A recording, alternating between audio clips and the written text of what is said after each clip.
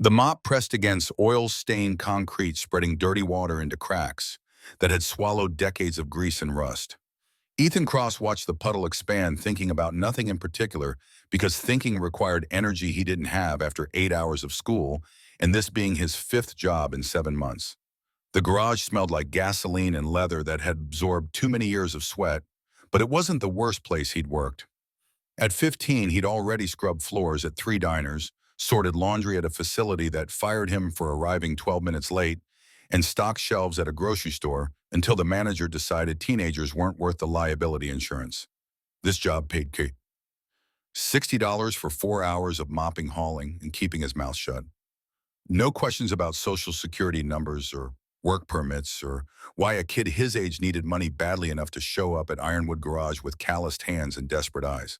A biker with a gray beard and leather vest covered in patches pointed at a puddle near the tool rack. His voice carried the rough edge of someone who'd spent decades shouting over motorcycle engines. "Kid, you missed the spot." Ethan dragged the mop over without responding. The garage stretched bigger than it looked from outside, motorcycles lining walls in various states of assembly. Some had been stripped to bare frames, skeletons waiting for resurrection. Others gleamed under fluorescent lights like they'd just rolled off showroom floors, chrome catching every angle of illumination. Men worked in focused silence, their hands moving over engines with precision that came from genuine love rather than obligation. Nobody talked much, which suited Ethan fine. Conversation meant questions, and questions meant explaining things he'd rather keep buried. Another biker gestured toward a door at the back of the garage, his voice flat with authority. "Storage room needs clearing. Boxes, old parts, whatever you find. Stack everything by the dumpster." Ethan grabbed a flashlight from the workbench and headed in. The storage room made the garage look pristine by comparison, darker, dustier, crammed with shelves that sagged under weight they were never designed to carry. He sneezed twice before reaching the first box, dust motes dancing in the flashlight beam like tiny planets in personal orbit. He was dragging a crate of rusted chains toward the door when the lights swept across the far wall. The mop slipped from his hand, clattering against concrete, with a sound that seemed too loud for the enclosed space. Someone had painted a mural there, not the crude graffiti that marked most abandoned buildings, but real art executed with care and skill. A woman stood at the center, her face turned slightly to the side, eyes sharp and focused, like she was staring down something dangerous that existed just beyond the frame. Dark hair pulled back tight, jaw set hard with determination that looked more like defiance. And on her right shoulder, visible where her leather vest hung open, a tattoo of a hawk and flight wings spread mid-strike. Ethan knew that face. He'd seen it every night for 8 years in the photograph Patricia Whitmore kept on the living room shelf, the one she dusted every Sunday with a tenderness that made his chest ache. The one she said was all they had left of the woman who had given birth to him and died when he was 7. His mother? Grace Cross. The flashlight trembled in his hand. His throat closed up, breath catching somewhere between his lungs and mouth. He took a step closer, then another, until he stood directly in front of the mural. The paint was old, cracked in places where time and temperature changes had stressed the pigment, but the face remained clear. The hawk tattoo matched exactly down to the curve of each feather. Even the small scar above her left eyebrow appeared in perfect detail. The one Trish said came from falling off a bike when Grace was 12, a childhood injury that marked her forever. A voice came from behind, careful rather than harsh. "You know her." Ethan spun around. The bearded biker stood in the doorway, 3 others gathered behind him, with faces shadowed by the inadequate light. Their presence felt heavy, expectant, like they'd been waiting for this moment, and now that it had arrived, nobody knew quite how to proceed. The bearded man stepped into the room. Up close, Ethan could see his vest had a name patch sewn above the left pocket, Saint. The nickname carried weight in the single syllable, suggesting either religious devotion or the kind of patience required to deal with situations that would break lesser men. "I asked you a question, kid. You know her?" Ethan couldn't speak. His chest felt tight, compressed by some invisible force that made breathing an active effort rather than automatic response. Saint's voice remained steady. "I asked you a question." The words came out broken, cracked in the middle like ice, giving way under pressure. Ethan swallowed and tried again. "That's my mom." The bikers exchanged glances. One muttered something Ethan didn't catch, syllables swallowed by the room's peculiar acoustics. Saint stepped closer, studying Ethan's face with intensity, usually reserved for engine diagnostics or weather patterns that might turn dangerous. Drop the mop. Come with me. Ethan's voice came out louder than intended, carrying desperation he immediately regretted revealing. Why is her picture on your wall? Why do you have her face painted like that? Saint turned and walked out without answering. Jonas looked back at the mural one final time.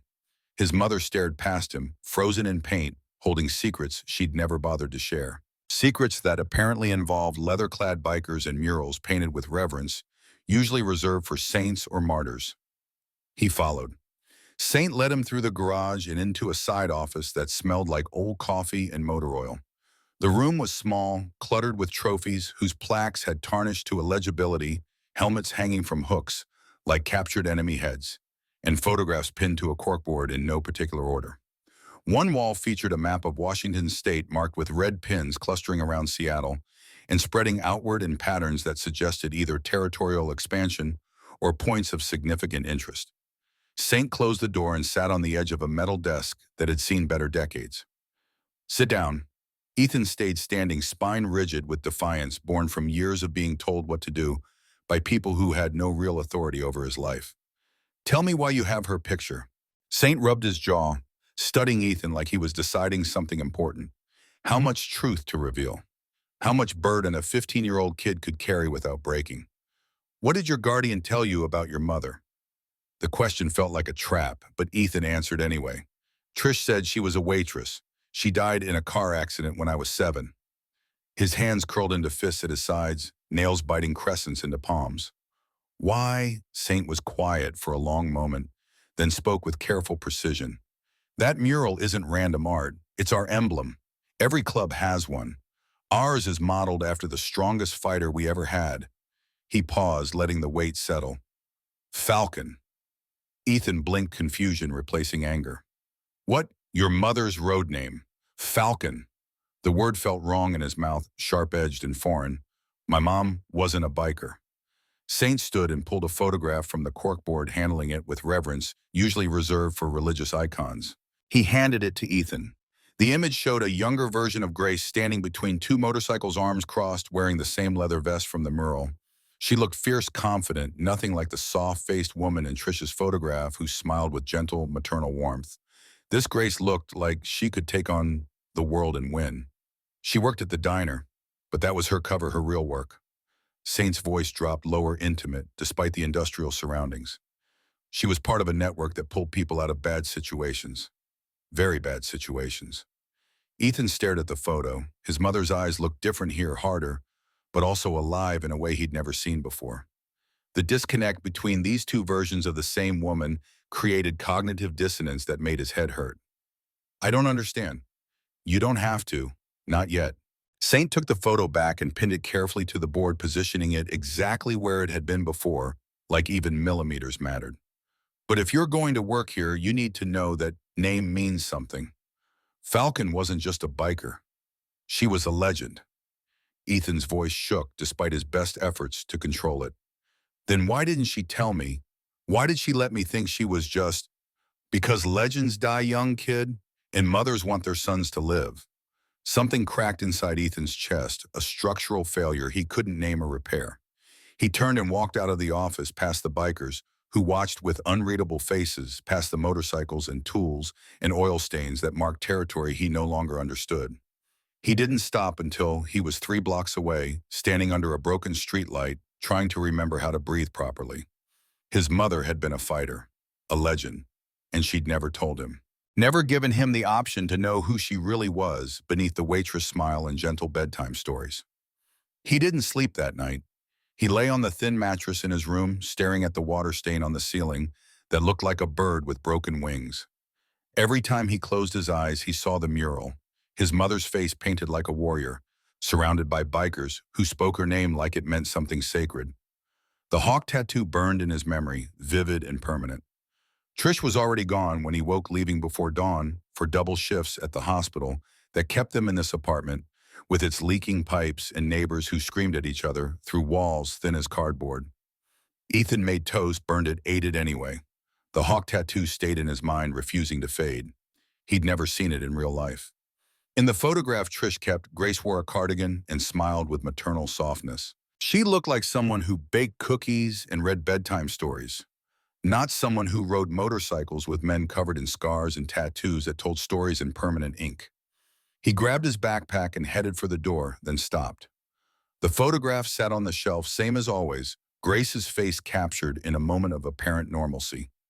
He picked it up, studying her features like he was meeting a stranger rather than remembering his mother. Had she been pretending when this was taken, or had the version in the mural been the lie? He didn't know which answer scared him more, that his mother had been someone he never knew, or that she'd been so skilled at deception he couldn't tell the difference. The garage looked different in daylight, less menacing. Just a rundown shop with faded paint and motorcycles that had seen better years. Saint stood outside smoking a cigarette, his breath mixing with smoke in the cool morning air.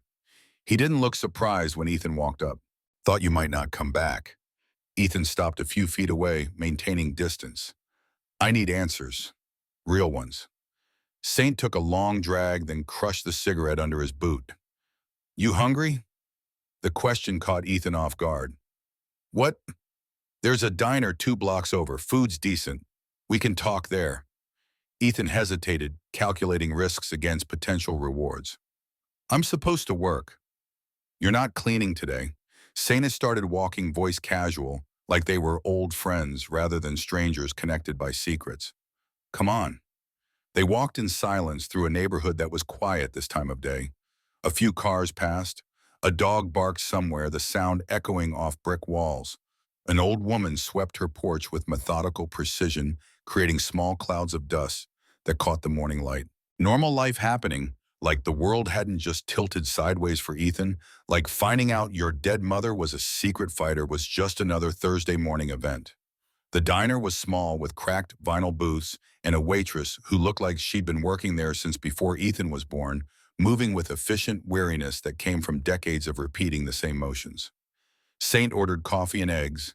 Ethan asked for water, his stomach too knotted for food. You're too young to be this serious. Saint's observation felt like accusation. You told me my dead mother was a fighter. Fair point. He leaned back, leather vest creaking. What do you want to know? Everything. That'll take more than breakfast. Start somewhere. Saint studied him for a long moment, then pulled something from his pocket and slid it across the table. A patch, copper-colored, shaped like a hawk with its wings spread wide.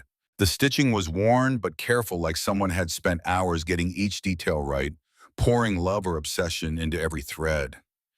This was hers. Every member of the Falcon's wing wore one, still do. Ethan touched the edge of the patch. The copper caught diner fluorescent light, making it seem almost alive. Falcon's wing. The inner circle. Your mother led it. Saint's voice dropped lower, intimate, despite the public setting. There's things in this world that don't make the news, kid. Underground fights. Not the kind with rules and referees. The kind where people get bought and sold like livestock. Where kids disappear and nobody looks for them because nobody knows they existed. Ethan's stomach tightened despite being empty. Your mother infiltrated one of those operations. Took her 2 years to earn their trust. She fought in their arenas. Won enough matches that they thought she was one of them. He paused, letting the weight of revelations settle. And while they weren't looking, she helped their fighters escape. Teenagers mostly. Kids who'd been trafficked, forced to fight for money they'd never see. The waitress brought their food. Ethan couldn't look at it. His mother had fought in underground arenas. Had been bought and sold, had saved others from the same fate. The waitress mother he remembered seemed like a carefully constructed fiction. A character Grace had performed so convincingly, Ethan never suspected the performance. How many? His voice came out quiet, almost afraid of the answer. 17 confirmed. Maybe more we don't know about. Saint cut into his eggs, yellow yolk bleeding across the plate. She became a legend in both worlds. The underground knew her as unbeatable, and the people she saved knew her as their only way out. Ethan's voice caught. He cleared his throat and tried again. Then why did she die if she was so good at it? Saint's fork stopped halfway to his mouth. He set it down carefully. A man buying time to choose words with precision. Who said she died in a car accident? The question landed like a physical blow. Lucy Trish, my guardian. Trish tell you anything else? Just that my mom loved me, that she didn't want to leave. Heat built behind Ethan's eyes. He blinked it away, refusing to cry in front of this stranger who knew his mother better than he did. Was that a lie too? Saint's voice turned hard, carrying a conviction that felt genuine. No, that part was true. Your mother loved you more than anything in this world. That's why she did what she did. Which was what Saint picked up his coffee, took a sip and looked out the window like he was deciding how much truth Ethan could handle without shattering completely. She made a choice. The kind of choice that means you never see your kid again, but you know he gets to grow up safe. She picked you over everything else she'd built. Over the club, over the fights, over being Falcon. Ethan shook his head, rejecting the logic. That doesn't make sense. If she wanted me safe, why did she leave? The words hung in the air between them, heavy with implications Ethan couldn't fully process. Saint stood up, threw cash on the table, and headed for the door. Ethan sat frozen for 3 seconds before scrambling after him, chair scraping against linoleum. Wait, what does that mean? Who would have killed me? Saint stopped on the sidewalk and turned. His face looked older in sunlight, creased with years of things he didn't talk about, secrets that weighed on him like physical burdens. The same people who are looking for you right now. Ethan walked home in a daze, Saint's words looping through his mind like a song he couldn't stop hearing. The same people who are looking for you right now. He'd asked what that meant, but Saint had just shaken his head and told him to go home, lock the doors, stay inside until tomorrow. Like that explained anything. Like being told shadowy people were hunting him was normal information that didn't require immediate elaboration. The apartment was still empty when he got back. Trish's shift didn't end until 8, leaving Ethan alone with questions that multiplied faster than he could process them. He dropped his backpack by the door and went straight to the shelf, grabbing the photograph of Grace. He turned it over. Nothing written on the back, just blank cardboard and dust accumulated over years of careful display. He set it down and opened his backpack to grab his phone, but something else fell out instead. The copper hawk patch lay on the floor, catching afternoon light through the window. Ethan stared at it.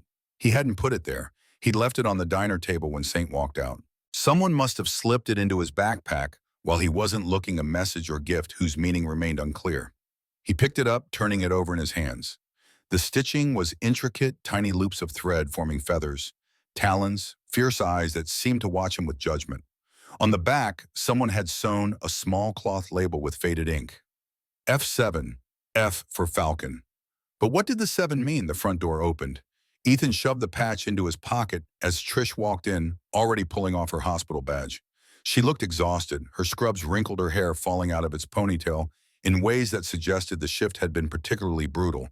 Dark circles under her eyes spoke to years of working doubles to keep them housed and fed. Hey baby, you eat. She dropped her purse on the counter and headed for the fridge. Yeah. Ethan stayed by the shelf, watching her with new awareness. How much did she know? How many lies had she told to protect him from truths he apparently needed protection from? Trish, can I ask you something?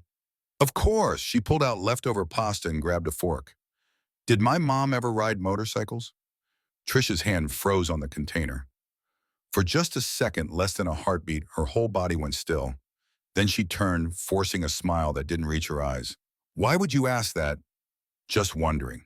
Her voice carried too much casual dismissal, performing normalcy that felt increasingly suspicious.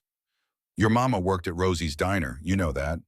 She opened the container and stabbed at the pasta, not looking at him. Where's this coming from? Ethan pulled the patch from his pocket and held it up. Trish dropped the fork. It clattered against the counter sauce, spattering across the laminate in patterns that looked like blood. Her face went pale, all color draining, until she looked like she might faint. Where did you get that? Her voice came out sharp, almost afraid. Found it at my job. He took a step closer. What is it? Trish crossed the kitchen in 3 strides and snatched the patch from his hand. She stared at it like it might burn her, then looked up at Ethan with something close to panic in her eyes. You're working at a garage. Which one? Ironwood.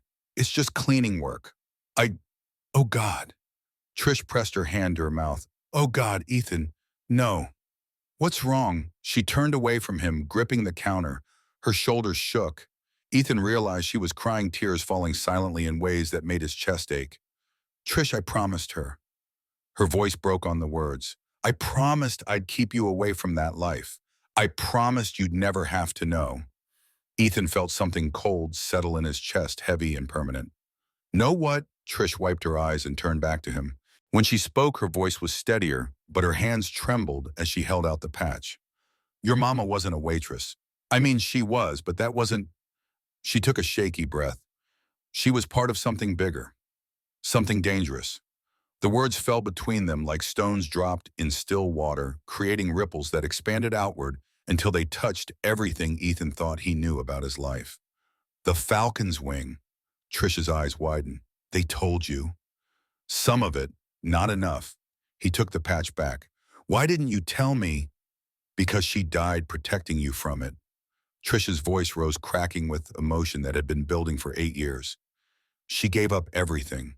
Her crew, her purpose, her whole identity, so you could have a normal life, so you wouldn't grow up thinking violence was the answer to everything. What Violent Saint said she helped people escape. She did. Trish sank into a chair, suddenly looking much older than 42. Your mama was part of a vigilante network. They targeted underground fighting rings, the kind where people get trafficked and forced to fight for other people's money. Real brutal stuff, Ethan, the kind that gets people killed. Ethan sat down across from her, the patch heavy in his hand. How do you know all this? Because I was her emergency contact, the person she trusted to take you if anything happened. Trish reached across the table and grabbed his hand, squeezing hard enough to hurt. When you were 7, she came to me in the middle of the night, said the syndicate had found out she was helping their fighters escape. They'd put a target on her back and on you. On me, I was just a kid. That's exactly why. They knew the best way to hurt her was through you. Trish squeezed his hand, tighter knuckles white with pressure. So she made a plan, faked a car accident, made it look like she died and disappeared. Ethan pulled his hand back, the words not making sense even as they registered. You're telling me she's been alive this whole time? No, baby. Trish's eyes filled with tears again. She died 3 years after the accident. I got a letter from Saint telling me she was gone for real. Some kind of infection from an old fight wound. She died alone, Ethan, because she couldn't risk coming back to you. The room went silent, except for the hum of the refrigerator, a mechanical heartbeat that filled the space where words should have been. Ethan looked down at the patch in his hand. F7, Falcon's 7th year, her 7th rescue. It didn't matter. What mattered was that his mother had lived 3 years thinking he believed she was already dead, 3 years of isolation, because she loved him too much to risk his safety for her own comfort. Why didn't she come back after? His voice sounded hollow, emptied of emotion by shock. After she got everyone out, Trish's whisper barely carried across the table. The syndicate has a long memory. She couldn't risk it. Not while you were still young. Ethan stood up the chair, scraping against the floor. Where are you going? To get the rest of the truth.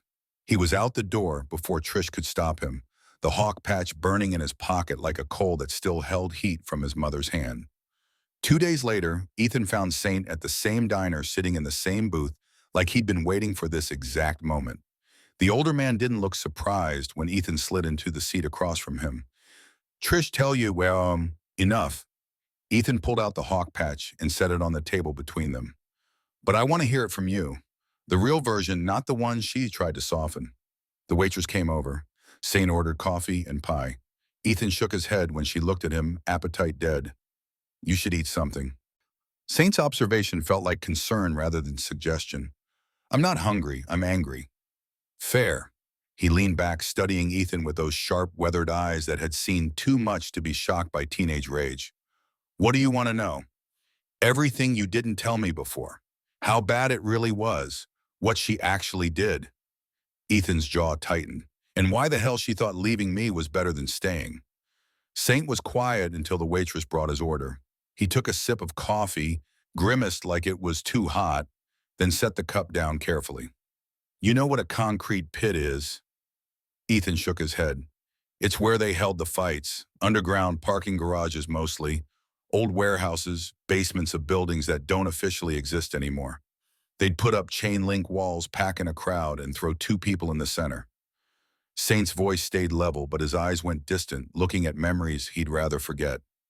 No rules, no stopping. You fight until someone can't get up or until someone's dead, whichever comes first. Ethan's stomach turned. They trafficked kids, teenagers mostly, forced them to fight. If you won, you got to eat. If you lost, you fought again the next night with broken ribs and concussions. Some nights you'd fight twice. Saint picked up his fork, but didn't use it. Your mother fought in those pits for 18 months before they trusted her enough to let her near the holding cells. The number hit Ethan like a physical blow. 18 months. She took real beatings, broke her arm twice, shattered her collarbone, lost 2 teeth. Also, she could earn their trust and get close to the kids they were using. Saint finally took a bite of pie, chewed slowly, swallowed like the food tasted like ash. She won more than she lost, though, got good at reading opponents, finding their weak spots. The syndicate started betting big money on her fights. And that's when she started helping people escape. Yeah, she'd win a fight, get access to the recovery area where they kept the fighters between matches. She'd slip them information, safe houses, phone numbers, routes out of the city. The Falcons wing had a whole network set up. We'd get a call, pick up a kid at a gas station or rest stop and disappear them before the syndicate noticed they were gone. Ethan leaned forward, needing to understand. How many did she save? 17 confirmed, but there were probably more we don't know about. Kids who ran on their own using the information she gave them. Saint met Ethan's eyes directly. She became a legend on both sides. The syndicate called her Falcon because she moved fast and hit hard. The kids she saved called her that because she gave them wings. Ethan's voice rose despite himself. Then why did she run? If she was winning, if she was actually saving people, why did she fake her death and leave me behind? The words landed heavy between them. Saint pushed his plate aside. Because the syndicate figured it out. One of the kids she saved got caught 3 months later, picked up by police in another state. During questioning, he mentioned Falcon helped him escape. The police didn't know what that meant, but someone in the department was on the syndicate's payroll. Word got back. Saint's voice dropped lower. Worse, they came after the people she saved. 3 kids turned up dead in 1 week. All of them had been helped by your mother. The message was clear. They weren't just going to kill her. They were going to kill everyone she'd ever cared about. Ethan felt ice in his veins. The syndicate started tracking her movements outside the fights. They found out about you, your school, your home address, everything. One of our guys intercepted a conversation about using you to force her back into the pit permanently, turning her into their property. Saint's hands curled into fists on the table. That's when she made the call. She couldn't keep fighting and keep you safe. She had to choose. His voice turned fierce with conviction. So she chose to disappear. She chose you. Don't twist that, kid. She didn't run because she was scared or weak. She ran because staying meant watching you die, and your mother would have fought the devil himself before she let that happen.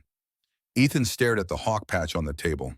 The copper caught the diner's fluorescent light, making it look almost alive, wings frozen mid-flight. Did she regret it? The question came out quiet, almost afraid of the answer. Saint was silent for a long moment. Every single day, but she never regretted keeping you alive. Ethan picked up the patch and stood.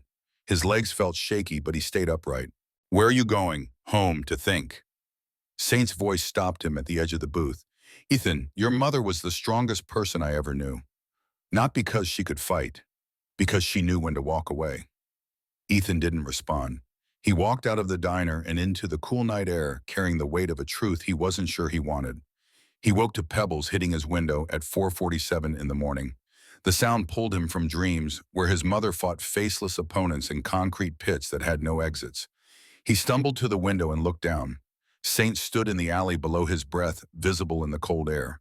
He gestured for Ethan to come down the motion, urgent enough to override questions. Ethan pulled on jeans and a hoodie, moving quietly so he wouldn't wake Trish. He slipped out the apartment door and took the stairs 2 at a time, his heart hammering with adrenaline that came from breaking normal patterns. What's wrong? Saint was already walking toward a motorcycle parked at the curb. Nothing's wrong, but if you want real answers, you need to come with me now. Questions later. Get on. Ethan hesitated only a second before climbing on behind him. They rode through empty streets, the city still sleeping, except for streetlights that flashed past in rhythm. The cold air bit at Ethan's face, making his eyes water. He'd never been on a motorcycle before. It felt like flying and falling at the same time, exhilarating and terrifying in equal measure. 20 minutes later, they pulled up to an old apartment building on the east side, the kind with rusty fire escapes and windows covered in blankets instead of curtains. Saint killed the engine and led Ethan around back to a metal staircase that climbed 5 floors to the roof. They ascended in silence, boots clanging on metal that probably violated multiple safety codes. The roof was flat, covered in gravel and tar paper that crunched under their feet. But it wasn't empty. A circle of people stood near the center, 15, maybe 20 of them, all wearing leather vests with patches that identified them as members of various motorcycle clubs. They watched in silence as Saint and Ethan approached, their faces unreadable in the pre-dawn darkness. A woman with silver hair and scarred knuckles stepped forward. Her vest had more patches than anyone else's, suggesting seniority or accomplishments that required permanent documentation. "This is him, Falcon's kid," Saint's voice carried across the roof. "This is Ethan. Ethan, this is the Falcon's wing. What's left of it, anyway." The circle opened, letting them in. Ethan found himself standing in the center, surrounded by faces he didn't know. Some old, some young, all of them looking at him like he was either a ghost or a bomb about to go off threat and promise combined in equal measure. A tall man with a shaved head spoke up, his voice carrying challenge. "Why did you bring him here? This breaks protocol. Falcon wanted him kept separate." Saint's response came flat and final. "Falcon's dead, and the syndicate knows about him. Protocol doesn't matter anymore." Murmurs rippled through the circle, concern spreading like infection. The silver-haired woman's voice cut through the noise. "What do you mean they know? Oh, yeah, we've had eyes on his school, his apartment. 2 days ago, someone started asking questions about Ethan in his neighborhood. Description matches syndicate scouts." Saint's voice stayed calm, but Ethan heard the edge underneath. "They're probing, testing to see if the rumors are true. If Falcon really had a son." The ground seemed to tilt beneath Ethan's feet. "You've been watching me since you were 7. Saint turned to face him. "We promised your mother we'd keep you safe from a distance. That meant staying invisible. Until now." The bald man's voice rose with accusation. "Until you hired him at the garage and put him right in the open." "I didn't hire him. He showed up on his own. And he saw the mural." Saint looked around the circle. "That's on us for keeping it up." The silver-haired woman said sharply, "We're not taking it down. Falcon earned that memorial." "I'm not asking you to." Saint's gaze swept across the assembled faces. "But the kid deserves to know the truth. All of it, including why we faked his mother's death." The woman's expression softened slightly. She looked at Ethan, really looked at him, and something painful crossed her face. "You have her eyes." Her voice came out quiet, almost tender. "My name is Kira Martinez. I rode with your mother for 6 years. She saved my daughter from the pits." Her voice caught. "Your mother was the bravest person I ever knew." The question burst out of Ethan before he could stop it. "Then why did she leave me? Everyone keeps telling me how strong she was, how brave, how much she loved me. But she still left."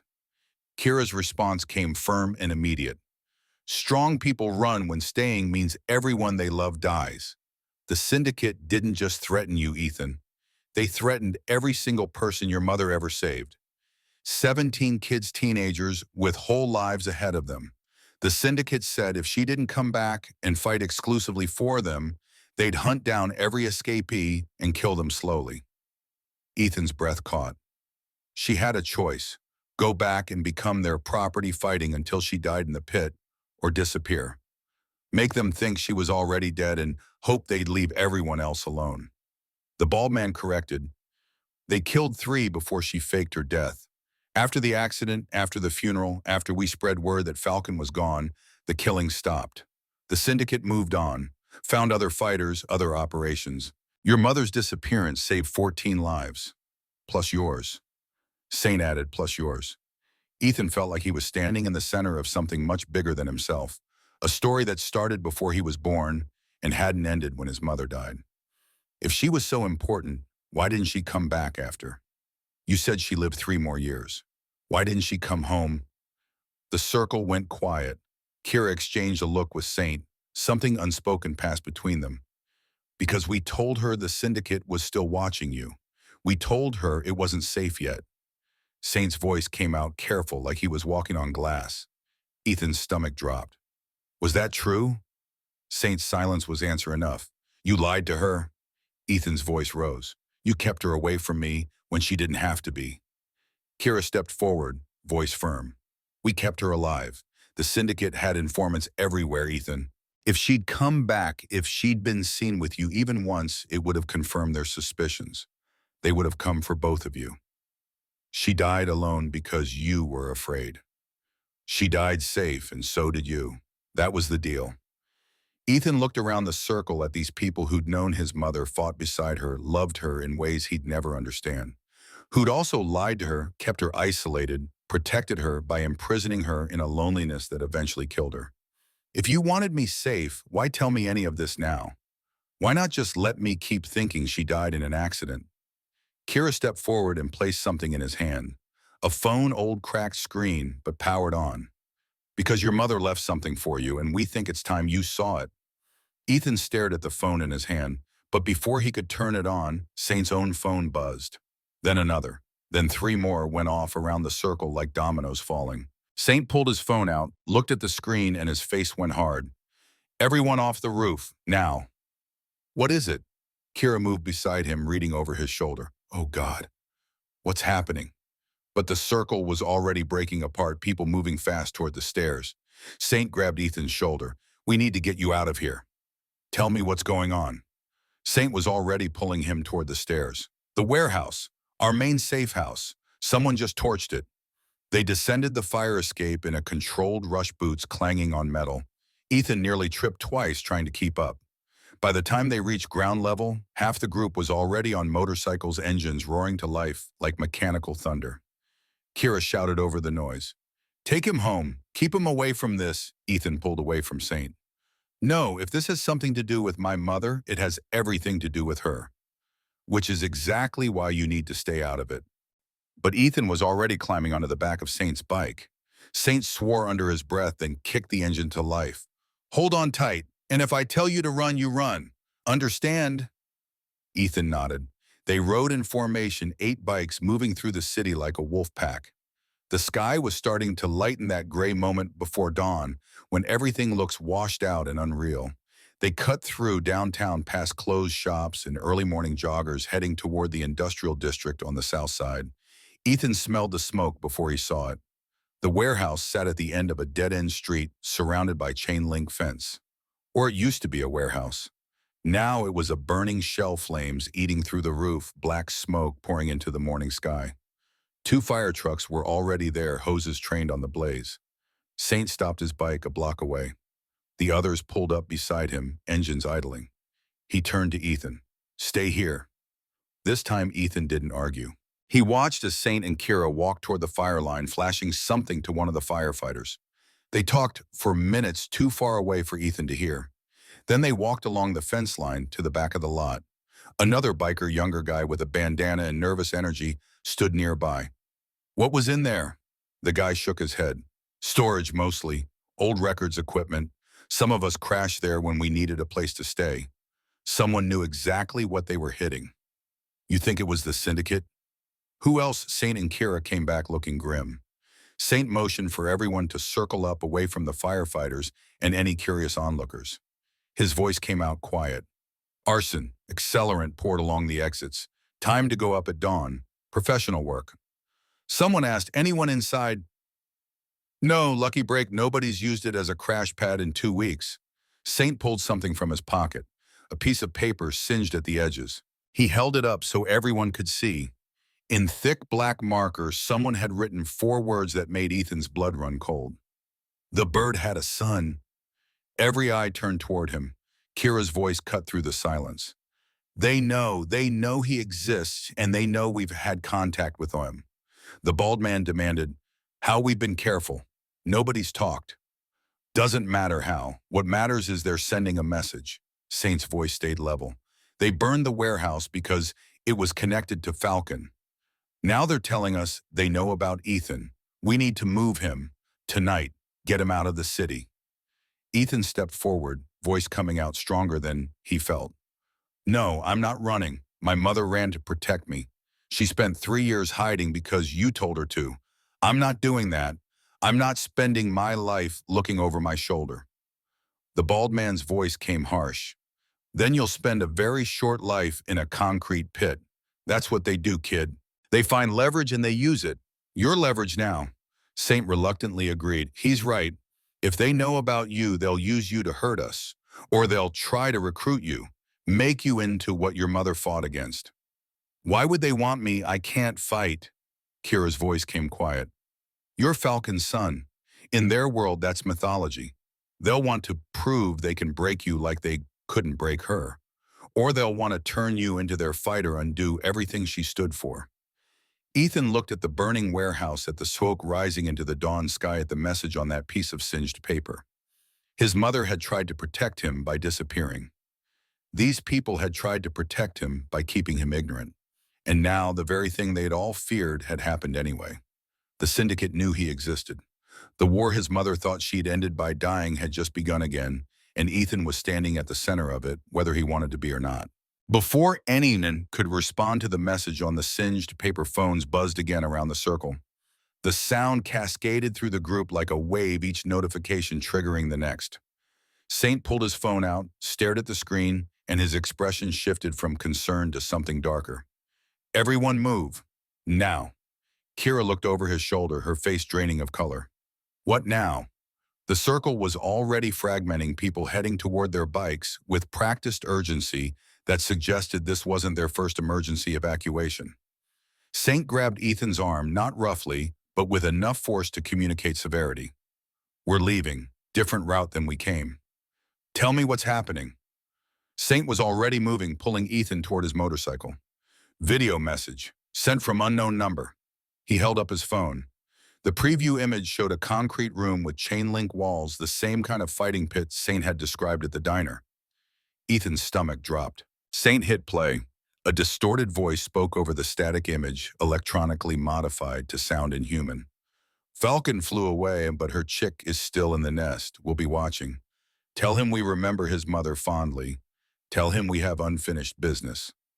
The video ended. Ethan's mouth went dry, tongue sticking to the roof of his mouth. Kira's voice cut through his paralysis. They're not just watching anymore. They're hunting. Saint pulled Ethan onto the bike, kicked the engine to life. They split from the larger group, taking turns that seemed designed to confuse anyone trying to follow.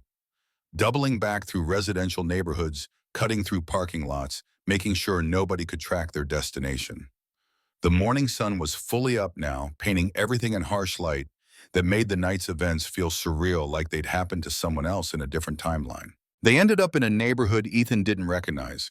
Old brick buildings with barred windows and graffiti that had been painted over so many times the walls looked like abstract art documenting decades of urban decay.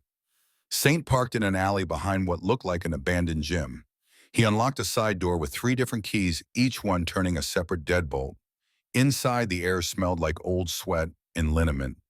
Decades of physical effort absorbed into walls and floorboards.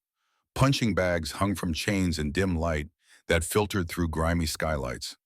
A boxing ring sat in the center, its ropes frayed but intact canvas stained with patterns that might have been sweat or blood or both. What is this place? Ethan's voice echoed off concrete walls. Recovery center for fighters who got out. Saint led him past the ring toward a hallway in the back. Your mother helped set it up, gave people a place to heal, learned to fight differently for themselves instead of someone else's money. The hallway was lined with lockers, most of them dented and scratched, bearing the scars of people who'd come here carrying violence. They needed to unload somewhere safe. Saint stopped at one near the end, number 17. The lock had been cut off years ago, leaving just a hasp that swung freely. This was hers. Ethan stepped closer. The locker door hung slightly open, waiting. Saint gestured. Go ahead. He pulled the door wide.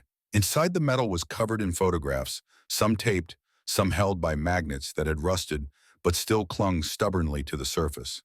Ethan recognized a few faces from the rooftop gathering. Others were strangers, young people, mostly teenagers, with bruised faces and uncertain smiles that suggested they were still learning how to feel safe.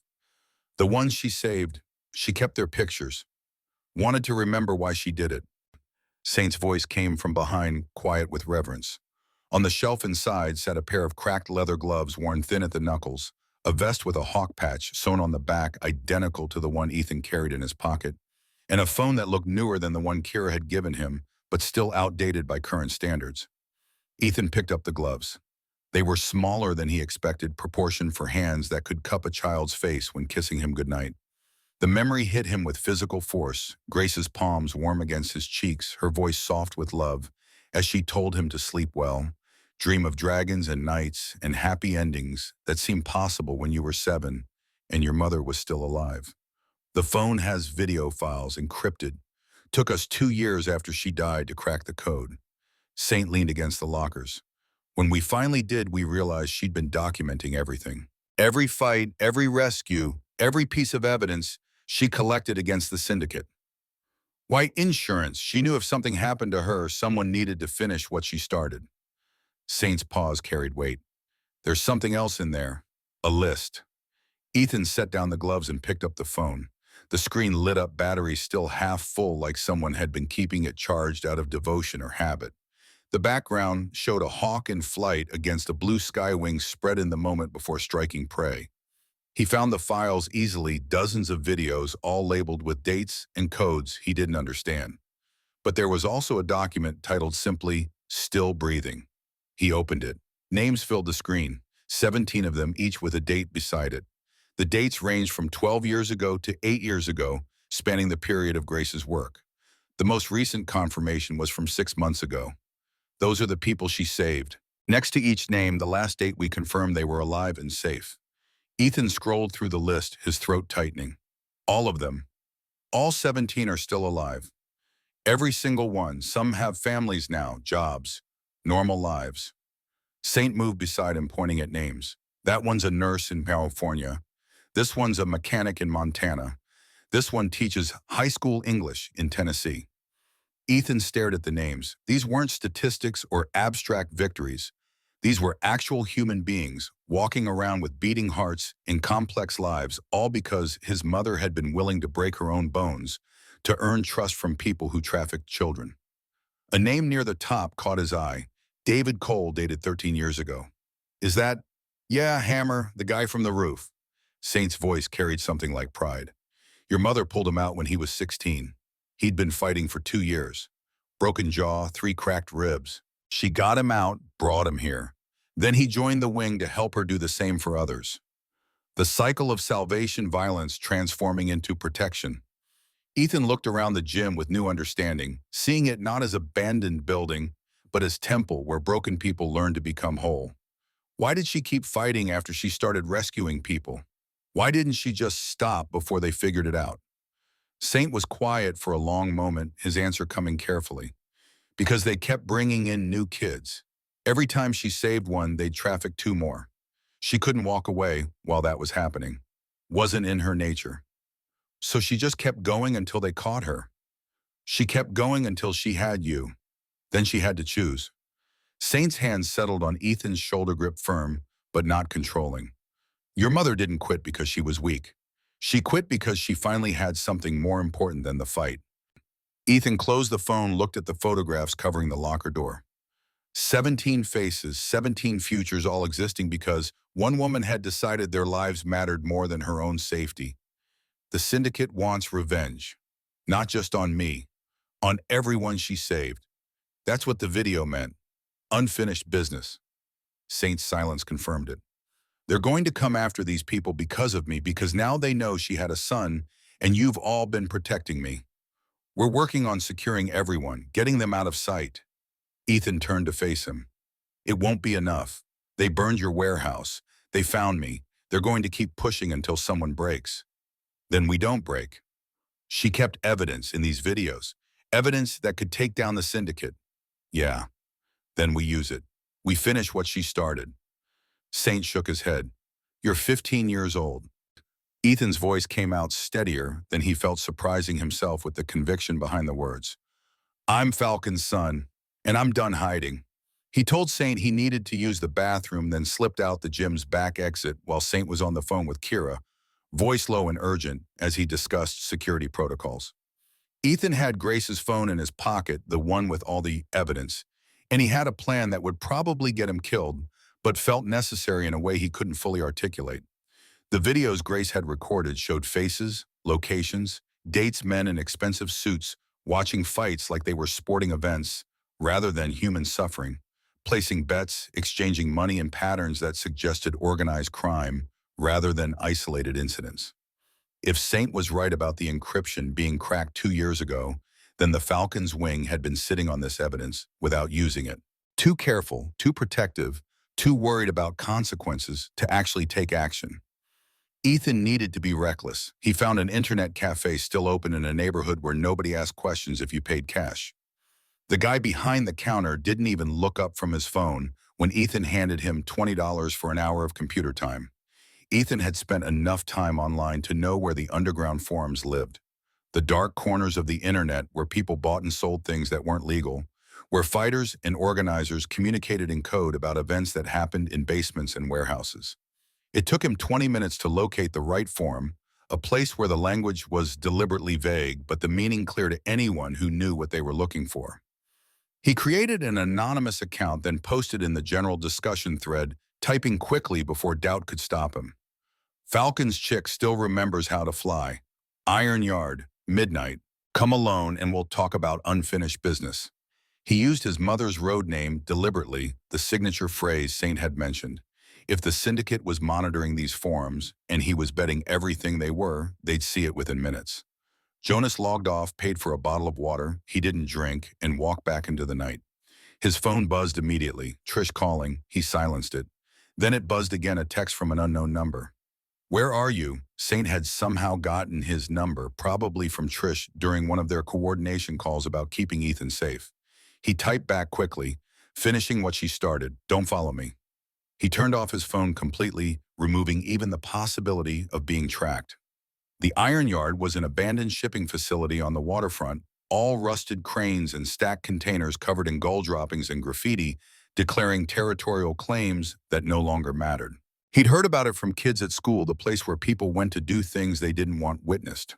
Drug deals, fights, exchanges that required darkness and the sound of water to cover whatever needed covering. It was only 9 in the evening. He had 3 hours. He found a spot behind a shipping container where he could watch the entrance, sat down with his back against cold metal, and opened Grace's phone again. He scrolled through the videos, watching pieces of her secret life unfold in fragments. His mother in a fighting pit, circling an opponent twice her size with focused intensity. His mother talking quietly to a terrified teenager through chain link, her voice too low for the camera to catch, but her expression radiating compassion. His mother counting money with men whose faces she'd carefully kept in frame, documenting their features for future evidence. In one video, she spoke directly to the camera. Her face was bruised, one eye swollen shut, but her voice came out steady with purpose that transcended physical damage. If you're watching this, I'm probably dead. That's okay. I made my choices. She wiped blood from her lip. But the people in these videos, the ones placing bets, running the fights, trafficking the kids, they're still out there. Someone needs to stop them. Someone needs to make sure what happened to these kids never happens again. She leaned closer to the camera. Whoever you are, don't try to fight them alone. They're too big, too connected. Take this evidence to someone who can use it properly. Federal agents, journalists, someone with power. Promise me you won't try to be a hero. The video ended. Ethan closed his eyes and leaned his head back against the container. Sorry, Mom. I'm not good at keeping promises. Footsteps on gravel made him freeze. Multiple sets moving fast with coordination that suggested military or law enforcement training. Ethan peered around the edge of the container and saw shadows converging on his position, at least 6 people moving with practiced efficiency. His heart hammered. The syndicate couldn't have found him this fast. He'd only posted an hour ago, been careful about covering his digital tracks. A voice cut through the darkness, familiar and angry. Ethan Reed, you've got 5 seconds to show yourself before I drag you out.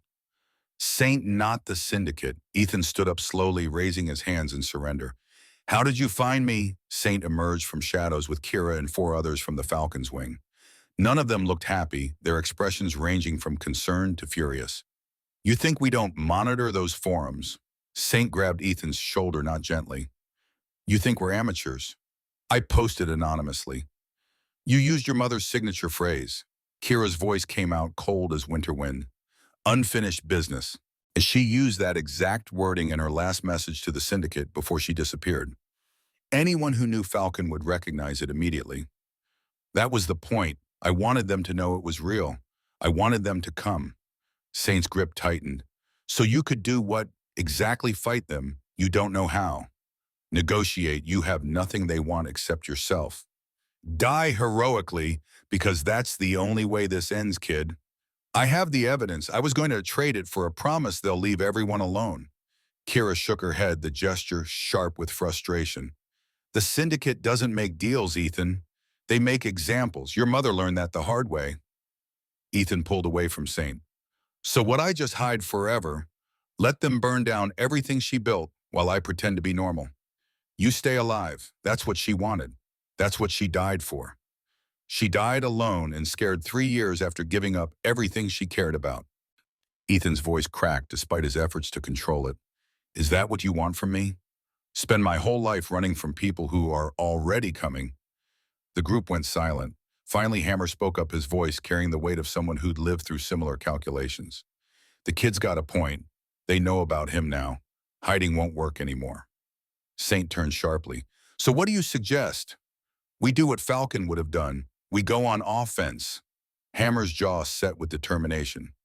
But we do it smart, and we do it together. Ethan looked at Saint. What's smart look like? Saint stared at him for a long moment, then sighed like a man accepting defeat he'd been trying to avoid. Not using yourself as bait, and definitely not posting on forums that the syndicate monitors. He pulled out his own phone. But if we're going to draw them out, we'll need a better trap than an empty shipping yard at midnight. Ma, Kira asked, what did you have in mind? Saint's smile was sharp and dangerous. We give them exactly what they asked for. A meeting at Iron Yard. But instead of Ethan walking in alone, they'll find something they really don't want to see. Which is proof that Falcon's evidence is about to go public. They had 2 hours to set up. The Falcon's wing moved through the shipping yard like ghosts, each member taking position among the rusted containers and silent cranes. No motorcycles this time. They'd parked blocks away and come in on foot, turning silence into a weapon. Ethan crouched behind a forklift with Saint watching Kira coordinate positions through hand signals, refined over years of operations that required stealth. Hammer scaled a container stack with binoculars, his movements efficient despite the height. Others disappeared into shadows Ethan couldn't track, becoming part of the industrial landscape. How many you think will come? Ethan whispered the question. Depends on how seriously they take the threat. Could be 2 scouts, could be 20 enforcers. Saint checked his watch. Either way, we're not here to fight. Then why are we here? To deliver a message. Saint pulled out a modified tablet, the device looking like standard technology but clearly customized for purposes Ethan could only guess at. Your mother's evidence is encrypted on 7 different servers across 4 countries. We've had it backed up since we cracked her phone. Tonight we're going to show the syndicate that if anything happens to you, to us, or to anyone, she saved that evidence goes live. Every news outlet, every federal agency, every police department in the 6 states. Ethan processed this information. You've had this set up for 2 years and never used it. We were waiting for the right moment, when the syndicate was vulnerable, distracted. Saint's jaw tightened. Your mother made us promise to be patient. Wait until we could end them completely, not just wound them. And now they've forced our hand. They know about you. That changes everything. We can't protect you by hiding anymore. So we protect you by making you untouchable. If you become the trigger that destroys them, they can't risk hurting you. A low whistle cut through the air. Hammer signal. Movement at the north entrance. Saint and Ethan went perfectly still. 3 vehicles rolled into the shipping yard, headlights off, moving slowly with predatory caution. They stopped in the open area near the center, forming a triangle. Doors open. 8 men stepped out, dressed in dark clothes, moving with military precision that suggested professional training. Ethan's breath caught. These were the people who'd made teenagers fight in concrete pits, who'd killed three of his mother's rescues as a message who'd hunted her until she had no choice but to disappear. One man stood apart from the others. Tall, mid-50s, wearing an expensive coat that looked ridiculous in a place like this, but somehow conveyed authority that transcended appropriate attire. Even from distance, Ethan could feel the power radiating from him, the certainty of someone who'd been in control for so long, he'd forgotten what vulnerability felt like. The broker. Saint breathed the words. Malcolm Graves. He never comes to meetings. This is bigger than I thought. Graves walked to the center of the triangle and stopped. He didn't look around nervously, didn't check for ambushes, didn't show any sign of concern, just stood there like a man who owned the world and knew it comfortable with his dominance. His voice carried across the empty space, amplified somehow. Falcon's child, I know you're watching. Show yourself, and we can have a civilized conversation. Ethan started to stand, but Saint pulled him down hard. Not yet. He raised his hand, gave a signal. Kira emerged from behind a container, walking into the open with her hands visible and empty. She stopped 30 feet from Graves. Ethan Reed isn't here, but the Falcon's wing is, and we have something you need to see. Graves tilted his head, the gesture almost amused. Kira Martinez, I remember you. You fought for us once. 8 years ago, wasn't it, before Falcon corrupted you? She freed me. Kira's voice stayed firm. She stole valuable property. We invested time and money training you. She helped you abandon your contracts. That's theft, Ms. Martinez. Graves's voice remained pleasant, conversational, like they were discussing weather rather than human trafficking. The contracts were slavery. Semantics. Where's the boy? Safe, and he's going to stay that way. Kira pulled out a tablet identical to Saint's. I'm going to show you something. I suggest you pay attention. She tapped the screen. A projector hidden somewhere in the container stacks lit up, turning the side of a shipping container into a makeshift screen. Video began to play. Grace appeared 20 feet tall, her bruised face clear in the night. The video Saint had shown Ethan earlier, her warning about the evidence, her documentation of the syndicate's operation.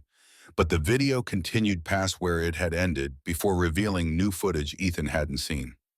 I've recorded everything. Every fight, every transaction, every face. I have bank accounts, wire transfers, property records. I have video of federal officials taking bribes. I have testimony from 17 rescued fighters willing to go on record. If anything happens to me or to anyone I've saved, this evidence goes public. The video cut to new images, documents, spreadsheets, photographs. A comprehensive indictment of the entire operation laid out with prosecutorial precision. Graves's pleasant expression never changed, but his hands clenched at his sides, betraying emotion. His face refused to acknowledge. Well, that's a powerful threat. Or it would be if Falcon were still alive. She's dead, but her insurance policy isn't. Kira's voice carried certainty. The evidence is backed up and ready to release. All it takes is one command. And what stops me from taking that tablet from you? Nothing. The tablet's just for show. Kira smiled without humor. The real trigger is with someone you'll never find. Someone who has strict instructions. If the Falcon's wing stops checking in every 48 hours, everything goes public. If Ethan Reed is harmed, everything goes public. If anyone on Falcon's list of rescued fighters is touched, everything goes public. Graves was quiet for a moment. Then he laughed, a genuine sound that echoed off the containers. You're bluffing. If you really had this set up, you would have used it years ago. We were honoring Falcon's wishes. She wanted to wait until the evidence was complete. Until we had everything needed to end you permanently, not just inconvenience you. Kira's voice turned cold. And now you made it personal. You came after her son. That changes the rules. Graves studied her, then looked around the shipping yard, calculating odds and positioning, trying to determine how many wing members were hidden and where. An interesting dilemma. If I kill the boy, you release the evidence and destroy my operation. If I leave him alone, I look weak. My competitors will smell blood. Saint's voice called out as he stood Ethan beside him. There's a third option. You disappear. Shut down the fighting rings. Dismantle the trafficking networks. Vanish. We keep the evidence locked away, and you get to live quietly somewhere far from here. Ethan's heart pounded as Graves's attention fixed on him. Falcon's son, you look like her. Same eyes, same stubborn jaw. He took a step forward. Your mother cost me millions of dollars and years of work. She humiliated me in front of my associates. And you think I'll simply walk away because of some videos? Ethan surprised himself with the steadiness in his voice. I think you'll walk away because the alternative is prison, or worse. Graves smiled. There are things worse than prison, boy. Ask your mother. Oh, wait, you can't, because she spent 3 years hiding in fear before dying alone. Ethan felt rage surge through him, but Saint's hand on his shoulder kept him grounded. She died free. Can you say the same? Graves's smile faded. He gestured to his men. They climbed back into their vehicles, without a word, the dismissal more threatening than any verbal challenge. Graves took one last look around the shipping yard at Kira, at Saint, and Ethan at Shadows where he knew others were hiding. This isn't over. A piece of paper doesn't stop bullets. Hammer called out from his container perch. No, but 18 witnesses with cameras do. Say hello to the internet, Graves. We've been streaming this whole conversation. Graves's face went rigid. He got in his vehicle without another word. All 3 cars rolled out of the iron yard, leaving only tire tracks and silence. Ethan's legs felt weak. He sat down hard on the gravel. Did we really stream that? Saint shook his head. No, but he won't know for sure until he checks, and by then he'll be too paranoid to make a move. Kira walked back over, tucking her tablet away. We bought time, maybe a few weeks, maybe less. Enough time to do what? Saint helped Ethan stand. Enough time to finish what your mother started. Saint drove Ethan home at 3 in the morning, made sure Trish was asleep, told him to rest. Rest felt impossible now. He sat on his bed holding Grace's phone, scrolling through video files again. Dozens he hadn't watched yet, fight footage, surveillance recordings, conversations with people she'd saved. A whole secret life contained in encrypted data. Then he found a folder he'd missed before, labeled simply, "For Ethan." His finger hovered over it for a long moment before tapping it open. One video file. The thumbnail showed Grace sitting in a dim room looking directly at the camera. She looked tired, older than he remembered, drawn with exhaustion that went beyond physical. This must have been recorded near the end, when she was already in hiding, already dying from the infection that would eventually kill her. He plugged in headphones so he wouldn't wake Trish. Pressed play. Grace's face filled the screen. She was sitting on a bed in a room he didn't recognize. Bare walls, a single window with curtains drawn against whatever view lay beyond. She took a breath, steadying herself, then began to speak. Ethan, baby, if you're watching this, then Saint finally decided you were old enough to understand. Her voice cracked slightly. I've started this recording it about 20 times. I never know what to say. I want you to know I didn't leave because I stopped loving you. I left because I loved you too much to watch them use you against me. The syndicate, the people I was fighting, they don't just kill you. They hurt everyone you love first, make you watch, and I couldn't risk that happening to you. She stopped, composed herself. You were 7 when I left. Do you remember the last time I tucked you in? You asked me why I smelled like smoke, and I told you I'd been at a bonfire with friends. That was a lie. I'd been in a fight that night.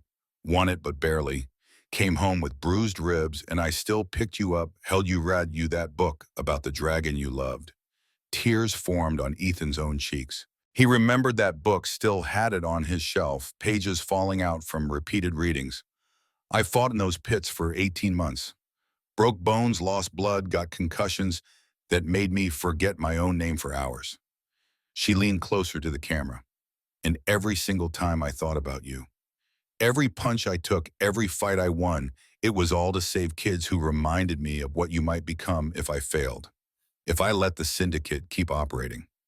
I saved 17 teenagers, got them out of hell and gave them a chance at normal lives. I'm proud of that. But you know what? If I could go back and choose differently, if I could have saved those kids or kept you in my life, I would have chosen you every time, without hesitation. Ethan's chest felt tight, compressed by emotion he couldn't name. People are going to tell you I was a hero, that I was strong, brave, selfless. Maybe that's true, but here's what they won't tell you. I cried every single night after I left you. I kept a picture of you in my pocket during fights.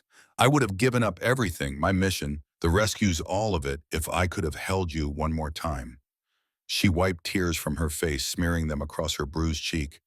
But I couldn't come back. The syndicate was watching.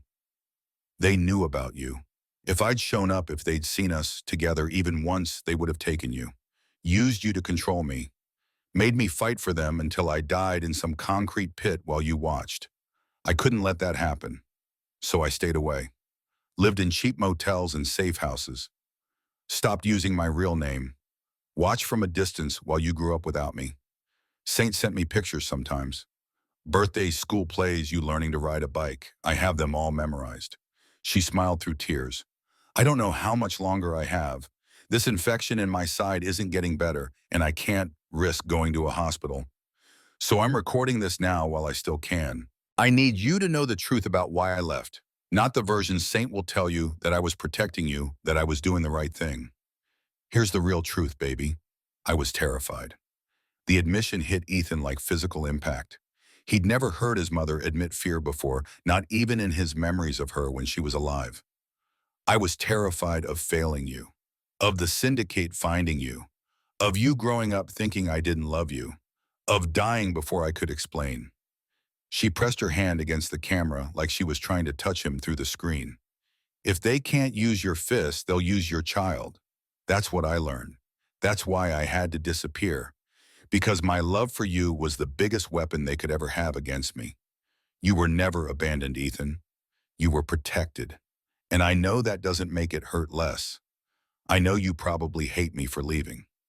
Maybe you should, but I need you to understand. Every choice I made for you. Every fight, every sacrifice, every lonely night, all for you. Her expression changed, became firmer, the warrior showing through the mother. Now I'm going to ask something of you. Don't try to finish what I started. Don't try to fight the syndicate. Don't become what I was. The world doesn't need another Falcon. It needs Ethan Reed. Whoever you choose to be, whatever life you choose to live, promise me you'll be safe. Promise me you'll be happy. Promise me my sacrifice meant something. She stared into the camera for a long moment, memorizing it like she could somehow see him watching from the future. I love you, baby. I loved you the moment you were born, and I'll love you even after I'm gone. You were the best thing I ever did. Not the rescues, not the fights. You. Just you. The video ended. Ethan sat in darkness, headphones still and tears streaming down his face. He played the video again, then again, each viewing revealing new layers of pain and love and sacrifice he'd never fully understood. His mother hadn't been fearless. She'd been terrified. But she'd done it anyway, left everything she loved to keep him safe. And now he finally understood what courage really meant, not the absence of fear, but the willingness to act despite it, to make impossible choices, because someone you loved needed you to be strong enough to walk away. 2 weeks passed in strange silence. No more burned warehouses, no threatening messages, no shadowy figures asking questions in Ethan's neighborhood. The syndicate had gone quiet, and the absence of threat felt more dangerous than overt aggression. Saint said it meant Malcolm Graves was regrouping, planning his next move with the caution that came from realizing his opponents weren't as weak as he'd assumed. Kira said it meant he was scared that the evidence threat had achieved exactly what they'd hoped. Hammer said it didn't matter. Silence always came before storms, and smart people used the calm to prepare for inevitable violence. Ethan went to school, came home, did homework. Trish watched him with worried eyes but didn't ask questions. She wasn't ready to hear answered. She'd seen news coverage of the warehouse fire, had pieced together that Ethan was involved in something dangerous despite her best efforts to keep him safe. But she also understood that some conversations happened when people were ready, not before, and pushing would only drive him further away. On the 15th day, Ethan walked to Ironwood Garage after school. The metal shutters were up, motorcycles lining the walls again, the sound of tools on metal ringing through the space like everything had returned to normal. Like the past 2 weeks had been fever dream rather than reality that had fundamentally altered his understanding of who his mother was and what legacy she'd left behind. Saint looked up from an engine he was rebuilding, grease on his hands, concentration breaking, when he saw Ethan standing in the doorway. Wondered when you'd come back. Can we talk? Saint wiped his hands on a rag and nodded toward the office. They walked past bikers who gave Ethan respectful nods, not pity, not wariness, just acknowledgement, like he'd earned something by surviving confrontation with Malcolm Graves. and choosing to return rather than disappear into protective custody somewhere far from Seattle. In the office, Saint closed the door and leaned against the desk. "You watched it, didn't you? The video she left for you?" Ethan nodded, throat tight with emotion he didn't trust himself to speak through. Saint's expression softened with understanding, born from his own grief, his own losses that had shaped him into someone who protected strangers because he'd failed to protect the person who mattered most. "She recorded that 3 months before she died. Asked me to keep it locked until you were old enough. 15 felt right." She was scared. In the video she cried. Everyone kept telling me she was this fearless warrior, this legend, but she was just scared like anyone would be. That's what made her brave. Courage isn't not being afraid. It's being terrified and doing it anyway. Saint paused, letting the weight settle. "She cried a lot those last few years, especially when I'd send her pictures of you, but she never regretted keeping you safe." Ethan looked around the office at the trophies and photographs, the map with red pins marking places his mother had saved lives, evidence of a network built on sacrifice rather than glory. "I want to join. The Falcon's wing. I want to help finish what she started." Saint straightened. "No, you don't even know what you're asking. And the answer is no. Your mother specifically asked us to keep you out of this life. She didn't want you fighting, didn't want you becoming what she was." I said, "Then what am I supposed to do? Just pretend none of this happened? You're supposed to live." Saint moved to the corkboard and unpinned the photograph of Grace standing between motorcycles, fierce and alive, in ways the other picture never captured. He handed it to Ethan. "She fought so you wouldn't have to. Honor that." Ethan stared at the photograph. His mother looked powerful in it, dangerous even. But he'd seen her crying in that video, seen her scared and alone and dying from infection she couldn't treat because seeking medical help would have exposed her location. "I don't want to fight, but I don't want to be useless either." Saint studied him for a long moment, then walked to a cabinet and pulled out a leather vest smaller than the others, newer. A blank hawk patch was sewn on the back, not copper like the originals, but silver, unfinished and waiting. "Your mother had this made for you before she disappeared. She said if you ever wanted to join the wing, you had to earn the copper, start with silver." Ethan took the vest, carefully smelling new leather and possibility. "What does earning it mean?" "It means learning what we actually do, not the fighting that was only one part of what your mother did. She also taught people skills, helped them find jobs, set up safe houses, built networks." Saint's expression carried something like hope. "The wing isn't just about rescuing people from pits anymore. It's about giving them lives after. Your mother wanted to build something that lasted longer than her fights, like the recovery gym, and we need help maintaining it, teaching mechanics, basic repairs, job skills." He gestured toward the garage. "Half the people working here are former fighters who needed a second chance. Your mother set that up before she left. We've kept it going. I want you to learn bike maintenance, engine repair, maybe some coding to keep our encrypted systems running. Real skills that can help people rebuild their lives." Saint's voice turned serious. "No concrete pits, no vigilante justice, no becoming your mother. Just honest work that happens to help people she would have wanted to save." Ethan ran his fingers over the silver hawk patch. It wasn't what he'd expected, wasn't dramatic or heroic, or the kind of thing people painted murals about. But maybe that was the point. "She really made this for me. 2 weeks before she staged the accident, she told me if my boy ever wants to fly, make sure he knows hawks do more than fight. They protect. They watch. They build nests for the future." Saint smiled slightly. "Your mother was more than a fighter, she was a builder, and she hoped you'd be the same." Ethan put on the vest. It fit perfectly, like Grace had somehow known exactly what size he'd be. At 15, had seen into the future and prepared for this moment. "When do I start?" "Tomorrow morning, 6 a.m. Bring coffee. You're going to need it." Saint opened the office door, then paused.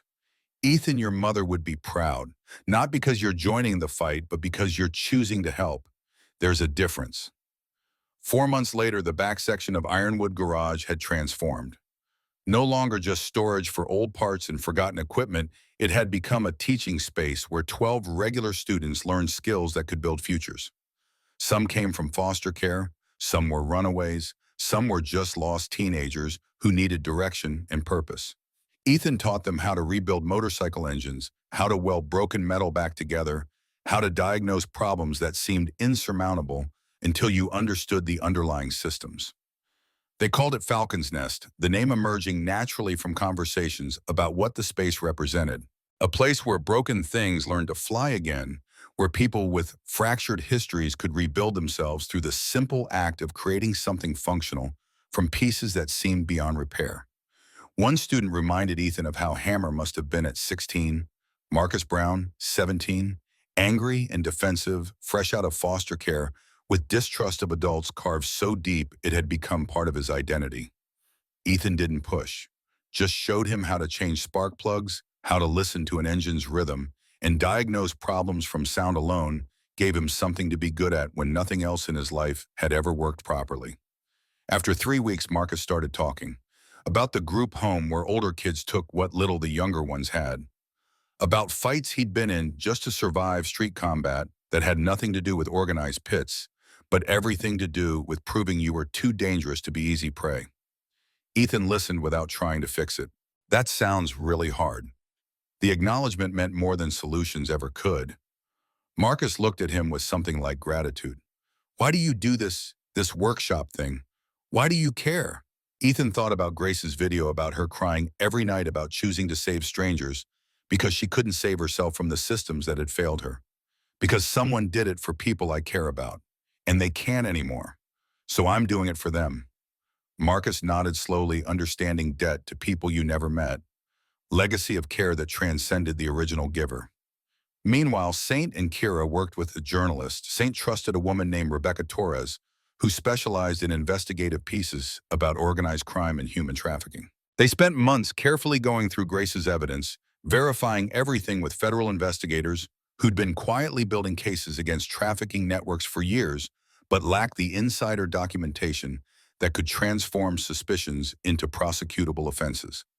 Every face in Grace's videos had to be identified, every transaction traced, every location verified.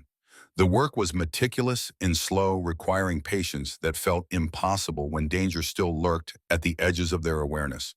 The article published on a Tuesday morning, 4 months after the Iron Yard confrontation. Rebecca's investigation detailed 3 major trafficking networks operating across the Southeast, their operations exposed by evidence collected by an undercover fighter who died before seeing justice served. The piece went viral within hours, picked up by national news outlets, sparking federal investigations and arrests that rippled across state lines. Malcolm Graves's name appeared throughout as the architect of systems that had destroyed countless young lives for profit. But Graves himself had disappeared 2 months earlier. Either he'd gone underground to escape prosecution, or his associates had decided he'd become more liability than asset and handled the problem themselves. The syndicate fractured without clear leadership, smaller operations scrambling to protect themselves or distance themselves from exposure. It wasn't complete victory. There would always be people willing to profit from suffering new networks rising to fill voids left by destroyed ones. But they'd cut off the head, disrupted the system, bought time for the 17 people Grace had saved to live their lives without looking over their shoulders every moment. Saint helped Ethan track down the 17 over those same months, sending careful messages through encrypted channels, making phone calls that asked tentative questions about whether people were willing to travel for a memorial. Not all could come. 3 lived overseas, having built new lives far from memories that haunted them. 2 were in witness protection programs that couldn't be compromised at even foreclosure. But 12 made the journey, traveling from California, Montana, Tennessee, places between. They gathered on the bank of Clearwater River on a Saturday morning when spring was just beginning to assert itself over winter's lingering cold. Ethan stood watching sunrise paint the water gold, surrounded by people connected by a single thread. Grace Falcon Cross had saved their lives, had given them futures they'd thought were impossible, when they were locked in concrete pits fighting for other people's entertainment. He'd spent the morning learning their stories. David Hammer Cole, he already knew. But hearing how Grace had pulled him from a pit at 16 with a broken jaw and 3 cracked ribs, how she'd brought him to the recovery gym and taught him that strength could be used to protect rather than dominate, that added layers to understanding why Hammer had dedicated his life to helping others the way Grace helped him. Diana Chen was 28 now, rescued at 14. She worked as a nurse in Sacramento, saving lives in emergency rooms where minutes determined whether people lived or died. Kevin Rodriguez, 25, had been trafficked at 13 and forced to fight for 2 years before Falcon got him out. He taught high school English in Nashville, helping kids who reminded him of who he'd been. Sarah Miller, 30, was the first person Grace ever saved. She owned a small bakery in Portland and had 3 children who would never know the darkness their mother had escaped. Each person carried a stone from the riverbank, smooth and solid from years in water. Ethan had asked them to bring something permanent, something that would last beyond memory and fade. Thank you all for coming. I know some of you traveled far. I know some of you haven't talked about this part of your lives in years. Diana stepped forward, clutching her stone. We came because she gave us the chance to have lives worth living. The least we can do is remember. I want to do more than remember. Ethan pulled a hawk-shaped stone from his pocket, having spent 3 weeks carving it, getting the wings right, making it perfect. I want to build something. My mom fought to pull you out of darkness. I want to create something that pulls others toward light. He knelt and placed the hawk stone on the ground, starting a circle. One by one, the others stepped forward. Hammer placed his stone at the hawk's right wing, Diana Ma at the left, Kevin at the tail, Sarah at the head. The circle grew, each stone representing a life saved, a future built, a promise kept. When all 12 stones were placed, Ethan stood back and looked at what they'd created, a permanent memorial hidden on a riverbank where Grace used to come to think. Saint had told him about this place, said Falcon would sit here for hours after difficult rescues, watching water and remembering why she fought. She never wanted me to be a fighter. She wanted me to be a builder. So that's what I'm doing. He told them about Falcon's Nest, about teaching young people skills that could rebuild lives, about Marcus Brown and the other students who were learning that broken didn't mean worthless. It's not dramatic. Nobody's going to paint murals about teaching a 17-year-old how to change spark plugs. But my mom understood something. I'm just learning you don't have to fight in pits to save lives. Sometimes you save them by teaching people they have value, that they can build something with their hands. Hammer smiled with understanding, born from experience. That's exactly what she believed. That's why she set up the recovery gym, the job training programs. She knew escaping the pit was just the beginning. The workshop is growing. We've got 12 regular students now. Saint teaches welding. Kira teaches self-defense, the kind that's about confidence, not violence. Hammer drives down once a month to teach conflict resolution. Ethan looked around the circle. We're calling it Falcon's Nest, a place for people who need to rebuild. Sarah wiped tears from her eyes. She would love that. The name, the purpose, all of it. There's something else. Ethan pulled out a folder and handed copies to everyone. I've been working with a journalist Saint trusts. We're publishing my mother's evidence. Not all of it, but enough to shut down 3 major trafficking networks in the Southeast. The story ran this week. The group went silent. Kevin asked quietly. The broker, Saint, stepped forward to join the circle. Malcolm Graves disappeared 2 months ago. Either went underground or his associates took care of him. Either way, the syndicate's fractured. We're not claiming victory, there are always more rats, but we've cut off the head. Your identities are protected in the article. Everything's been verified by federal investigators. It's happening. Ethan looked at each person in turn. My mother couldn't finish this alone. But together we can. Not by fighting, by building systems that make the fights unnecessary. Support networks, job training, safe houses, education. All the things that keep people from ending up in pits in the first place. Diana stepped forward and hugged Ethan tightly, then Sarah, then Kevin. One by one, they embraced him, not because he was Falcon's son, but because he understood what she'd been fighting for, not just rescue from immediate danger, but the harder work of building futures worth living. As the sun rose higher, one of the 12 stepped back from the circle. Thomas Wright, 26, rescued 10 years ago. Something wrong in his body language, tension radiating from him like heat from a fire that had been smoldering too long. I need to say something. His voice shook. Everyone turned to face him. Saint immediately tensed body language, shifting to alert. Thomas. They found me 3 years ago. The syndicate, not Graves's people, competitors, who wanted to know what Falcon had documented, what evidence she'd kept. His face twisted with shame. I've been their source for 2 years. I'm the one who told them about Ethan. The revelation landed like a bomb. Hammer moved fast, positioning himself between Thomas and Ethan. Kira's hand went to her phone, probably alerting others. Diana gasped, stepping back. Sarah pulled closer to the group, protective instinct activated by betrayal. They threatened my family, my wife, my kids. They knew where we lived. Showed me photos of them at school, at the grocery store. Said if I didn't cooperate, they'd put my children in the same pits Falcon saved me from. Tears streamed down his face. I tried to give them just enough to keep them satisfied, but not enough to actually hurt anyone. I thought I could protect everyone, but I couldn't. I failed you all. Saint's voice came out deadly calm. What did you tell them? That Ethan existed, that he was working at Ironwood, that you had Grace's evidence on encrypted servers, that you were planning to publish. Thomas looked at Ethan directly. I'm sorry. Your mother saved my life, and I betrayed her son. I don't expect forgiveness, but I had to tell the truth before we completed her memorial. Why confess now? Ethan asked the question everyone was thinking. Because it's over. The article published. Evidence is already with federal investigators. There's nothing left for them to threaten me with. I stopped responding to their contacts 3 weeks ago when I knew they couldn't stop publication. He looked around the circle. I deserve whatever judgment you give me, but I needed you to know the truth. The group looked to Ethan, waiting to see how he'd respond. He thought about Grace's video about her admitting fear about people doing terrible things when they're scared for people they love.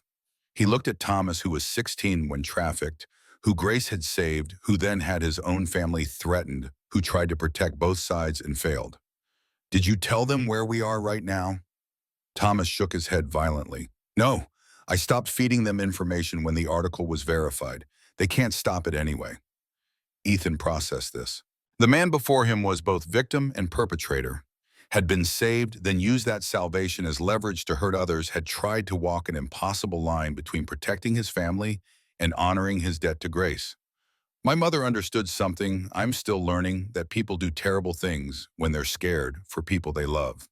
That survival makes you make choices you never thought you'd make. He looked at Thomas directly. You betrayed me, you put me in danger, but you also just confessed when you could have stayed silent forever. That took courage too. I don't forgive you. Not yet. Maybe not ever. But I understand why you did it. And I understand that you're trying to make it right now. Saint's voice cut through with finality. Thomas, you're out of the wing. You don't get to be part of this anymore. But your family stays protected. We'll make sure syndicate remnants don't retaliate. That's what Grace would have wanted. Thomas nodded, tears still flowing. Thank you, both of you. For what it's worth, your mother would be proud of who you're becoming. He walked away from the circle without looking back, shoulders hunched with shame, but also lighter, like confession had released weight he'd been carrying too long. The group stood in uncomfortable silence, processing betrayal and understanding, and the complicated reality that sometimes good people did terrible things for understandable reasons. After Thomas disappeared from view, they returned their attention to the memorial. Ethan knelt beside the stone circle one last time and pulled out a small metal plate he'd engraved at the workshop. He pressed it into the earth at the circle's center fingers, working it deep enough to resist weather and time. The inscription read, Falcon. She didn't fly to escape, she flew so others could. The group stood together as the river flowed past, carrying away darkness of what had been and leaving space for what could be built. Ethan looked up at the sky and saw a hawk circling overhead, probably just hunting. Probably just coincidence, but he chose to believe it was something more, a promise, kept a life honored, a future worth building. Thank you, Mom. I'm not trying to replace you. I'm just trying to be worthy of what you gave me. The hawk cried out once, then flew west toward the rising sun. 6 months later, Falcon's Nest had grown to 20 regular students. 2 former students now taught alongside Ethan, including Marcus Brown, who'd transformed from angry teenager into young man, learning to give back what had been given to him. The workshop operated 5 days a week, teaching motorcycle maintenance, welding, basic coding life skills that could build futures for people who'd been told they had no future worth building. The impact of Rebecca's article continued to ripple outward. 3 trafficking networks dismantled 47 additional victims, recovered a federal task force, formed specifically to target underground fighting operations. Grace's evidence cited in multiple prosecutions, her work finally receiving the recognition it deserved, even though she wasn't alive to see justice served. Ethan still wore the silver vest, not copper. He'd asked Saint when he'd earned the upgrade. Saint had said simply, "When you stop asking, your mother earned hers by doing the work without needing recognition. You'll know you've earned it when the work itself is enough." He understood now. This wasn't about proving himself or living up to his mother's legend. It was about building something that lasted, helping people find value in themselves, creating futures where there had been only darkness. He stayed in touch with all 12 who'd come to the memorial. Diana was getting married in the spring. Kevin had published a poetry collection. Sarah's Bakery was opening a second location. Hammer's Youth Center in Detroit was thriving, teaching kids that boxing could be sport rather than survival. Thomas Wright, he hadn't heard from him since the memorial. New Saints people were keeping watch, ensuring syndicate remnants didn't retaliate against his family. Sometimes forgiveness wasn't about reconciliation, but about letting someone else live their life while you lived yours. Late afternoon, 6 months after the memorial, Ethan was teaching a new student girl named Elena, 16, just out of foster care. She was frustrated with a carburetor rebuild that refused to cooperate with her efforts. "I can't do this. It's too complicated." "You know what my mother used to say? Broken doesn't mean worthless. Sometimes broken things work better after they're fixed because they have been tested. They've survived, and they know their own strength." Elena tried again. This time the carburetor slid into place, perfectly clicking with satisfaction that came from pieces finally aligning properly. Her face lit up with accomplishment. "I did it." That moment when someone realized they could build something, that they weren't just broken but repairable, that was why Ethan did this work. Saint watched from the doorway, catching Ethan's eye, nodding once with approval. That meant more than any copper patch ever could. The workshop filled with sounds of tools and learning laughter, cutting through concentration, young people, discovering they had value beyond what survival had taught them. Motorcycles in various states of repair lined the walls, each one representing a project, a skill learned, a future being built, one component at a time. Someone had painted a new mural on the back wall. Not Grace alone this time, but all 17 people she'd saved, their faces arranged in a circle with a hawk at the center, wings spread in protection. Beneath it, painted in careful letters, "Falcon's Nest, where broken wings learn to fly again." Ethan looked around at what they'd built. Not a legacy of violence, but a legacy of hope. Not as dramatic as fighting in concrete pits or rescuing people from trafficking rings, but maybe more important because it addressed root causes rather than just treating symptoms. He thought about his mother sitting by Clearwater River after difficult rescues, watching water, and remembering why she fought. He understood now that she'd been trying to build this all along, not just saving people from immediate danger, but creating systems that would outlast her, that would continue helping people long after she was gone. Thunder didn't have to be loud. Steel didn't have to be a weapon. Sometimes the strongest thing you could do was teach someone how to fix what was broken, including themselves. Sunday morning, Ethan returned to Clearwater River alone. He visited the stone circle, placed fresh wildflowers at the center beside the metal plate with his mother's inscription. He sat on the bank watching water flow past, carrying away what had been and making space for what could be built. "I'm building, Mom, just like you wanted. Not fighting, building. Hope that's enough." Wind picked up, carrying the smell of water and new growth. Somewhere in the distance, a hawk cried. Ethan smiled. "Yeah, I hear you." He stood, brushed off his jeans, the silver vest catching morning light. He headed back toward the garage, toward the workshop, towards students waiting to learn that broken didn't mean worthless, that futures could be built from fragments if you had patience and skill and people willing to show you how. Grace Cross had fought to give him this future. Now he was building futures for others, continuing work she'd started, honoring sacrifice she'd made. The bird had a son, and he'd learned to fly not by fighting but by building nests where others could find their wings. Falcon's Nest would continue growing. More students, more skills, taught more lives rebuilt from broken pieces. The work wasn't dramatic or heroic in ways that made good stories, but it mattered. That was enough. Ethan Cross walked toward sunrise, toward the garage where Marcus was probably already waiting, toward Elena, who needed to learn that she could build things with her own hands, toward all the broken people who needed to know they were repairable.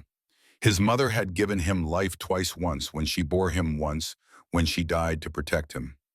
Now he was giving that gift forward, one rebuilt carburetor at a time, one welded joint at a time, one person at a time, then learning they had value. The hawk circled overhead one more time, then disappeared into morning sky. Ethan kept walking, carrying his mother's legacy, not in violence, but in the careful work of building futures worth living. That was the strongest thing anyone could create, not fear, not dominance, but hope that survived beyond the person who planted it. And in workshops across the city, in foster homes and group facilities, and on streets where kids learned to fight just to survive, word was spreading about a place where broken things learned to fly again. Where someone named Ethan Cross taught you that your past didn't define your future, that skills could be learned, that futures could be built if someone cared enough to show you how. Grace Falcon Cross had saved 17 lives through violence and courage and sacrifice that killed her. Her son was saving lives through patience and teaching and the radical belief that everyone deserved a second chance to become who they were meant to be before trauma broke them. Thunder and steel had given way to hope and healing. And that Ethan realized as he opened the workshop door to greet students already arriving was exactly what his mother had been fighting for all along. Not victory in combat, but victory over the systems that made combat necessary. Not dominance, but dignity. Not power, but possibility. The work continued, the legacy lived on, and somewhere beyond sight, but not beyond reach. Grace Cross rested easier knowing her son had chosen to build rather than destroy, to heal rather than harm, to honor her sacrifice by creating futures she'd died to make possible.